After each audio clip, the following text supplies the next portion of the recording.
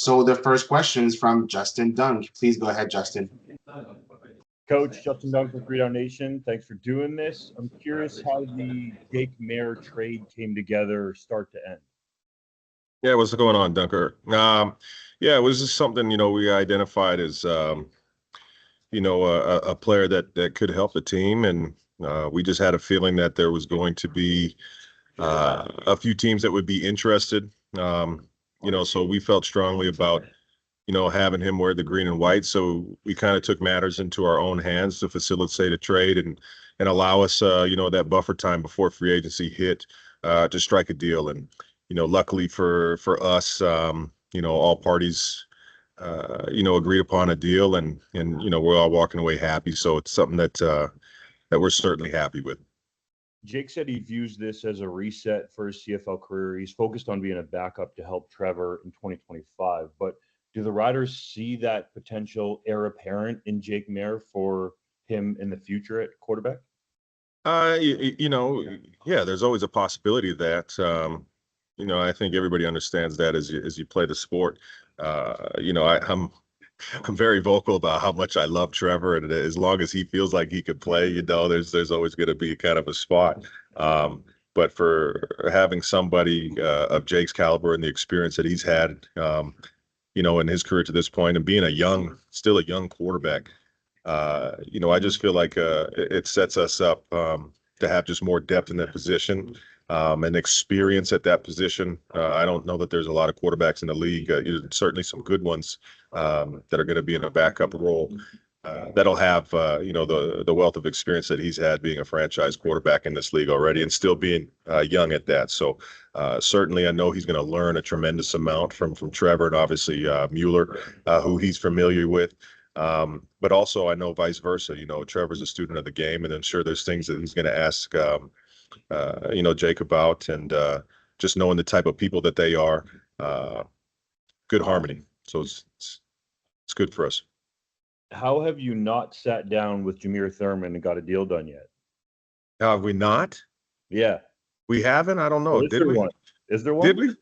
Have we? I don't know. Jameer is a great player, and I hope he plays for us. But we'll see. We'll see what happens. Is that signing imminent? What's that? Is him re-signing close? Yeah, we're in talks. We definitely like him, and I think he likes us. We just got to make sure that we get that deal struck up. Thanks, Coach. Thank you. Thank you, Justin. The next question is from Jacob Carr. Please go ahead, Jacob. Hey, Coach. Jacob from Global Regina. Speaking of deals, just came down the pipe that Malik Carney re-signed to an extension. Do you have any details on that? And then just a follow-up, I guess. How big is that to get him back along that D-line? Yeah, what's going on, Jacob? I can't believe you guys seeing my face. You guys ain't even putting your face on here. I miss you guys, man. Yeah, again, another guy who, we feel tremendous about. There you go, Jacob, man. Looking good, brother. We definitely wanted to have Scoot back in the building. It was just a matter of getting the deal done, and certainly, to my knowledge, obviously at that position specifically, and knowing the kind of player Scoot can be when he was healthy, was going to be an intriguing player for anybody to have on their roster. So certainly for us, we made it a priority for us to go get him from another team last offseason. And now it's just about us keeping him in the building. Another guy who I believe, really wanted to stay and who we wanted back. It was just a matter of going through the process. So it's huge for us, man. I really do think that he's kind of just scratching the surface. He's another guy, unfortunately, had to deal with a little bit of injury last season. I know he's going to be pushing himself, and we've challenged him to push himself even further in the off season. Not as only as it pertains to, just working out, because he's always in pretty dang good shape. Just working on things that maybe we can do to prevent injuries, just to keep him more available for himself on the field, man, to make those dynamic plays. We know he can, but tremendous defensive lineman. He can play 3-tech, he can play 5, he can play off the ball, he can drop, he can pass rush, and he plays with great effort. So big Malik Carney fan. Happy he's wearing the green and white, baby. For sure. Just a question about you. Obviously, last season, first as a head coach in the CFL. Obviously, pretty successful. You make the West Final. Really instill that culture of family and community and in the riders' locker room. What have you kind of learned going into your, I guess now your second off season and full season as a head coach that you want to kind of grow and build on a personal level? Yeah, from a personal level is, just being more of a student of the game for myself, and this is why I love, these atmospheres and platforms that we're down here, for league meetings and AFC, just being around all the other head coaches and talking and, we had presentations today and listening to, coaches that, I've never had the fortune to be around and work with. So it's just good to just, seeing how coaches, especially with more experience than myself, the things that they know and they're good at, and it's just kind of put things in front of me to make sure that I'm on the right path, which is things that I've earmarked that I'd like to, get better for myself, which ultimately is going to make the team better. Just being able to share more and more stuff with these guys. So, definitely trying to be a learn-it-all as always, to really put our best foot forward to provide more information for our guys to be successful. So, looking forward to that. Thanks. Thank you, Jacob. Next questions from John Hodge. Please go ahead, John. Thanks for doing this, Cory. John Hodge, 3 Down Nation. Trevor Reed signed in the NFL. I'm curious how you see your left tackle spot shaping up for next season. Yeah, what's going on, John? Gift and a curse, right? Definitely was a gift to have a guy of Trevor's caliber, being such a young guy coming out of college. And he had a learning curve a little bit as far as getting comfortable with the CFL game, but to this day, I still think he's one of the most athletic offensive linemen that I've ever been around since being up in the CFL. But he's getting his opportunity, and then also the gift of the curse of being decimated with injuries at that position, be it the offensive line. We had guys cross training, different positions all season. So we've got a multitude of guys who we believe that could play at that left tackle position. And certainly, knowing our personnel department, with J.O. and Kyle and Paul, LD, we're always going to be identifying, the offensive line, and specifically the tackle positions, for bringing guys to camp as well to compete. So looking forward to it. We're really happy for Trevor. Excited for somebody else to go ahead and take that spot. I wanted to ask you about AJ Ouellette. Team made him the highest paid American running back in the league last year. He only played 8 games due to injury, and he averaged only 4.2 yards per carry. Do you expect him to be with the team in 2025? And if so, how confident are you that he'll have a bounce back year? Yeah, I'm extremely confident, and knowing it's kind of crazy when you have to ask your running back to stop squatting 700 pounds. You know what I mean? Like, that's kind of those conversations with AJ. He's just such a hard worker. But, at this point of his career, he's got to make sure that it's conducive to him being as healthy as possible and trying to avoid some things. But credit to him. I know he's going to take it seriously. But even with that, having him back, certainly in the playoffs, I thought definitely helped us as well.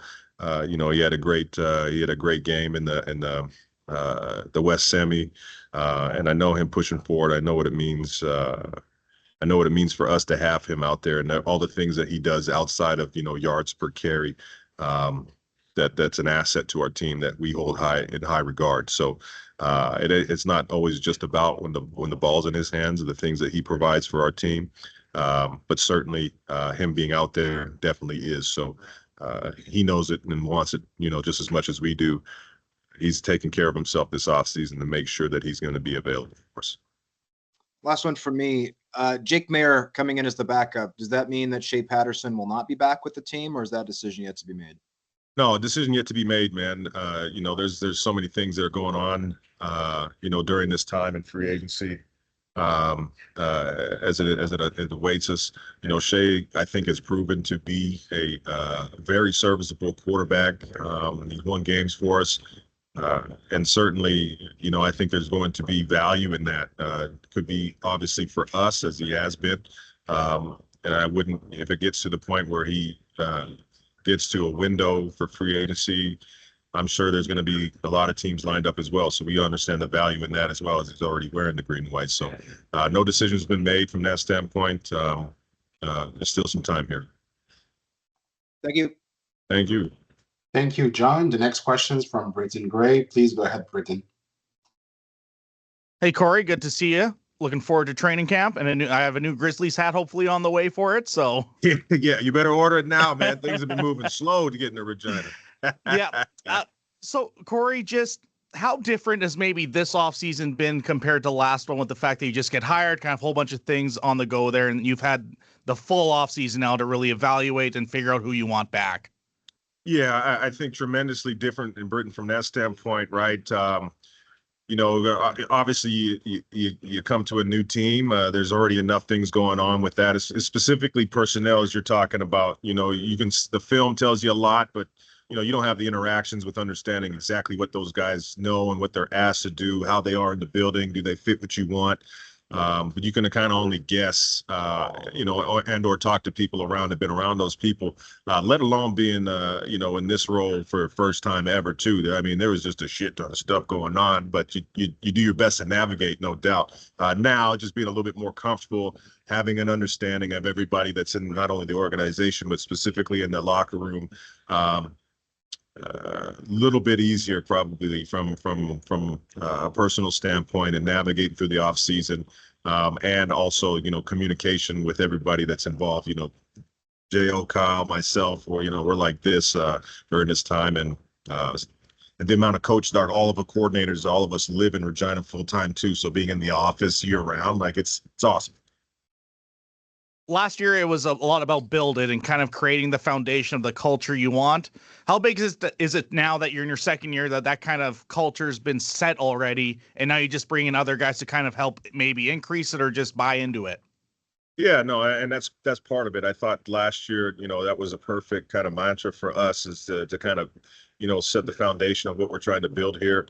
I thought the guys took heed to that, and certainly not to say that we're going to get away from building what we're trying to get to, because we didn't quite get the polish of the final look of what we were trying to build. So but what I will say is the room will be able to dictate that more now than specifically me having to guide them. They know exactly what it is that we want to look like.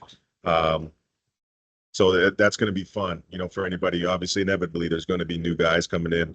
It's going to be fun to have the players kind of dictate that, and hold each other, the new guys accountable for how we like to do things, as opposed to just the coaching staff. Another quick one. Rockwell Armstead, is he under contract? And if so, what's his role for this upcoming season? Yeah, Q's still under contract, man. So, explosive, obviously we saw his ability.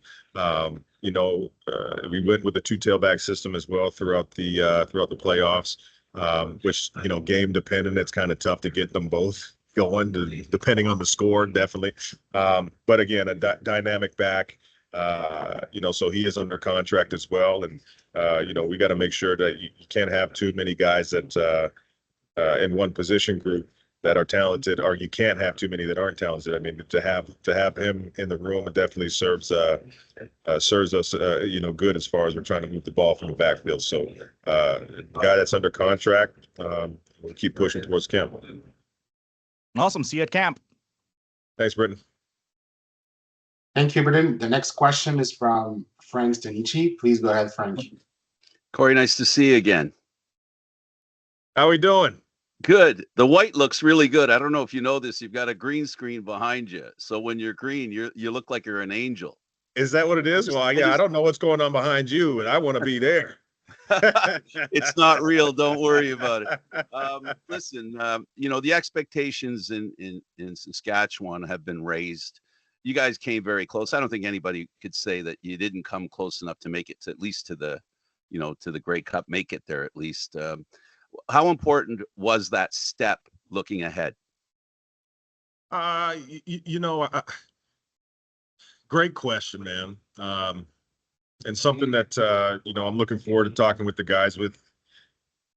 Ultimately, I do get the sense and the feeling that, our fan base and I felt like people thought we kind of maybe exceeded an expectation, but the reality of it is the expectation of what we wanted in the building, we fell short, period. I can't tell you guys enough about the belief that we had in that locker room and in that building. So for us, we're just excited to be a better version of us. Like you look at how our season went, even the record what it was. There's just so much for us to improve on everywhere. Myself, obviously included in that. Guys are excited about that. So I was very pleased for us to take the step and not only attaining the home run playoff game and winning one, getting to the West Final. But now, we understand we have the experience of being in a big game like that. We want to push forward, obviously, to the next one, to the biggest one, and find a way to win that. So, but the belief, I got no doubt in my mind, how these guys are going to attack it. But I don't want anybody to be satisfied with last year's results. And I'd say the same thing, honestly, if we ended up winning the last game of the season too. So excited to get back to work. Thanks for doing this. Appreciate you, Frank. Thank you, Frank. Next questions from Dave Thomas. Please go ahead. Hey, Happy New Year, Coach. Year over year, you kind of talked about it a little bit, but when you're prepping for 2025, are you changing anything, or are you where you want to be in terms of where you were at this point last year to where you are now? And are there any intentional changes that you've brought in from yourself moving forward? Yeah, great question, Dave. Good to see you, buddy. Yeah, no, there's definitely changes. And it's not necessarily even just from a culture standpoint or anything like that. Schematic changes, changes in identifying, personnel is going to be changes for you as well, of how you call things. So there's definitely a multitude of things that you think about mentally, and or you talk with your staff or your players about you want to do differently when you have time to assess in totality of what the 24 season brought us. It's great. Like I said, it's great just to have the relationship that we have, the staff members, and to have guys living full time in Regina, because you can bounce ideas like that, casually, through text, in the office, or when our families are hanging together, we're celebrating kids' birthdays or having a water together. You know what I mean? So things like that, man. It's awesome. Hydration obviously is very important, Coach, and I appreciate that over the holidays. You don't get an opportunity to hang with your colleagues and your peers in a forum like you do right now at these meetings very often. What do you hope to take away from some of those conversations and interactions this week? No, this is the time. It's just it's so fun to be around. Specifically, I'm staring over here and Killam's talking to Naylor, right? Like me and Killam go back for years, and to see him, here is, I'm so just happy for him, and getting to spend time with guys, I don't get to spend a lot of time with, the Bobby Dices, or the Mike O'Shea's and Buck Pierce. It's great to sit down with these guys and not only talk ball, and sometimes depending on coaches, like I try to pick everybody's brain about a lot of things, specifically guys who've done it longer than me, because I'm curious, and if they're going to give me an answer, like, who am I not to ask? So it's just awesome to be in this atmosphere, and us representing the league. I think down here at this platform is really cool, man, and being able to share those stories not only amongst ourselves but with all these awesome coaches down here at the FCA. Thanks, Coach. Again, Happy New Year. We'll see you soon. Appreciate you, Dave. Thank you, Dave. We have 4 questions lined up. So we'll take those 4 and then we'll end it with Cory. Next questions from Rob Van Stone. Please go ahead, Rob. Hey, Cory, how you doing? Rob, I got some stuff for you in my office. Petra, get some kind of snacks. I don't know, sugar-free. I don't know what you're doing, but I'm going to eat them soon if you don't come get them. Well, if they're sugar-free, why would you want anything to do with it anyway? This is my point, but that's okay. I'll bring you some eclairs as a trade. So. Thank you. Done. So I'm just curious, Cory, like there have been a number of re-signings in recent days and weeks, and Malik Carney today. How important is it to just have that continuity with re-signing players in advance of when they can become free agents? No, great question, Rob. Like, Jo and I, and Kyle, Paul, we we spoke about that in the first year of just identifying things that, we wanted to go after. Obviously, we made a huge splash in free agency, in a multitude of spots last year.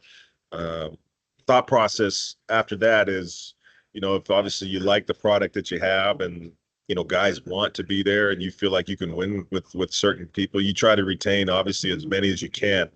And you don't necessarily have to make big splashes in free agency because you know that you have the ingredients of, who you sourced out in the first place, on top of people who are already under contract. So, yeah, continuity is key. And I would say that from a player in the locker room standpoint and hopefully in the coaches, from a coach's staff standpoint as well. And inevitably, this is pro sports. You're going to lose people, but you just hope to replace them with great people. And I'm really looking forward to that.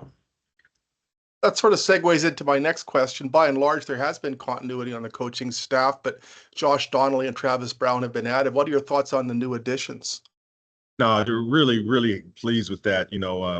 First, we're losing a heck of a coach in JC Sheridan. What an opportunity for him. And, obviously wish him nothing but the most success outside of obviously playing us. But the addition of Travis Brown to replace him, a coach's son, he's been around the game forever.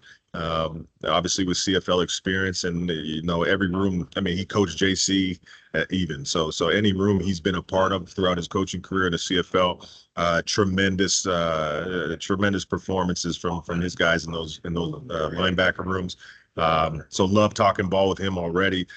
Really excited to get him in the building and keep pushing from there. And then the addition of Josh Donnelly, man, I don't want to set the bar high, but kind of a similar transition for Mark Mueller, right? We're starting him on the offense side as opposed to the defensive side, but his knowledge of the game and what he was able to do it for the Rams, specifically this last year, and I also think having him come to training camp as a guest coach to kind of just learn and seeing his work ethic so far as he's already been in the building, he understands it. So excited for his future, mostly for him to learn this year, but definitely also to assist our team, specifically on the offensive side, man. But really, really pleased to keep him, at home and with us. So it's exciting for him and exciting for us. Thanks, Cory. I'm gonna crowbar your office door and get my stuff as soon as I can. Go get it. Thank you, Rob. Next questions from Jeff Hamilton. Please go ahead, Jeff. Hey, Cory, just want to confirm that lifetime contract for Trevor Harris for the 3 Down Boys to report. Just want to make sure that off the bat, that was a lifetime contract for Trevor. Lifetime. There's a playing and or coaching and or what. If he just wants to hang with me, he can follow me whenever and wherever he wants to, man. I love Trevor Harris. He's awesome. Right on. On a serious note with Trevor, obviously, I think had a bit of a resurgence last year, if you could call it that. I think he lived up to the expectations after a disappointing 2023 season. However, 5 games in 2023, 12 games last year. I remember asking you about AJ Ouellette midway through last season and how you were going to make sure change the way you used him, if you will, to maximize his career, to maximize his time on field. Does anything have to change with how you treat Trevor? Obviously you have Jake now, but do you plan on doing things differently with Trevor to maximize his career and have him out there when it matters the most? Yeah, to be honest with you, some of those things, looking at Trevor's injuries, it's just sometimes it's luck of the draw. He was falling into awkwardly and twisted down in 23, falling into last year. So ultimately, I guess we got to firm up and give cleaner pockets. But in saying so, I think we did a pretty good job, specifically being decimated the position in front of him. But certainly for him, knowing Trevor, he's just going to be training maybe a little bit differently, just being able to strengthen the muscles around places where he's maybe had injuries. But that's it's football, man. It's tough to kind of crystal ball not only your health, but if something does come up to be a nick, or where in your body is that going to be? Nobody knows. So what I do know is how he attacks not only off season but in season, his work ethic and how he prepares his body to be in tip top shape. And I know he is the age that he is, but as he'll tell you, he didn't really start taking a multitude of reps until he was kind of later in his career anyway. So he feels his body feels young, and I think it proves it certainly when he's out there. So we just continue to try to protect the best we can in front of him, that he can just operate the way that we know he can. And I think that he proved he could last year. So excited for that. I can see the fire in Daryl's eyes, so I'll just get out of his way whenever I see that. Daryl, you're a smart man. Thank you, Jeff. Next question's from Daryl Davis. Please go ahead, Daryl. You guys are wrong. It's freezing here. We're just trying to shiver. Hey, Cory. What's happening, Daryl? How are you? Rob talked a little bit about losing Sherritt. He was the run game coordinator. How's that going to change the dynamics on your coaching staff? Yeah, I think just easier for me to talk with JC because we'd worked together before. So we kind of knew how each other operates as far as building together a run plan. But I do plan on doing kind of the same stuff with Travis as well. I just have never had the pleasure to work with Travis, so it's going to be a little bit more of a learning curve for us getting to know each other and how we like to game plan, and collabing from that standpoint. But talking with him already, I know he's very detailed. We were just texting last night about some ideas and stuff. So it'll still probably be kind of the same roundabout way. JC and I would do a lot of stuff together, and Coach Phil Daniels. So I'm looking forward to that, man. And even really truthfully with you, Daryl, just having him working in different staffs, I'm very curious of different things that he would know that he can bring to the defense to give us different looks, and hopefully, obviously, make us even better than what we were as it pertains to the run game, for sure. Okay, part of the learning curve, you talk about that quite a bit, that you're learning as a head coach and you're going to seminars and everything down there too. What are you learning? What are you looking for? And you're going to get tired of me asking this. You're still the defensive coordinator, and you're planning to stay there. Some coaches I know like to change after a little while. Is that something you plan to stay at long term? Yeah, I think at some point, I'm definitely I love trying to grow people around me, and I certainly think, elated for, JC Sherritt, elated for Kevin Ivan, elated for Will Fields. Josh Bell's going to be a great defensive coordinator. So yeah, at some point, I will probably let go of it. Just not there at this moment. But in saying so, that does not mean that behind the scenes, prepping guys to take that jump. So, and I'm certainly expecting that guys on staff as well will also make that jump at some point. And I think I'm doing those guys a disservice if I don't prep those guys and probably eventually give it up. But man, I still love it, Daryl. I love being involved in it. I love calling it, and I like challenging myself to be better at it too. So yeah, man, looking forward to that. Great. Thank you for doing this, Cory. Appreciate it. Appreciate you, Daryl. Stay warm, baby. Will do, buddy. Thank you, Daryl. Last questions from JC Abbott. Please go ahead, JC. Hey, Cory, JC Abbott, 3 Down Nation. It got lost in the shuffle a little bit at the end of the season, but Brian Cox Jr. was fined for making an obscene gesture to the fans in Winnipeg after the West Final. I know he's a pending free agent, but is that something that you addressed with him after the season, and what was that conversation like? Yeah, I didn't see it until like a week after. Obviously we talk about how we want to conduct ourselves, and you don't want that, no doubt. But I'd be lying to you to say that a piece of me, finding out the knowledge that he did that to the 31st anniversary, that his father did something like that, a piece of me thought that was like, I don't know if you planned that, but man, that's kind of cool as far as timing. But Winnipeg's a bitter rival. Do we want that? No, we don't want that. Is that going to juice up the rivalry? Maybe. Last one for me, staying on the defensive line. Anthony Lanier maybe took a little bit of a step back last year, struggled to find his way onto the game day roster at times. Now that he's a pending free agent, have you made a decision on his future as a rider, or are those conversations still ongoing? Yeah, man, it's still ongoing.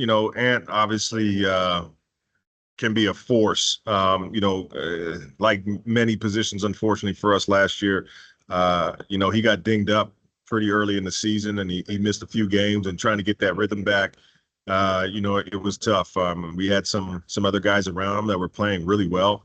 And doing what we want to get done and accomplished within the system. So, we're still in the process of going through and sourcing out and still reaching out to guys that are on our roster currently and pending free agents to get deals done. So no decision yet on Ant, but certainly, very disruptive player, no doubt. I think he still proved that. Thanks, Cory. Appreciate you guys.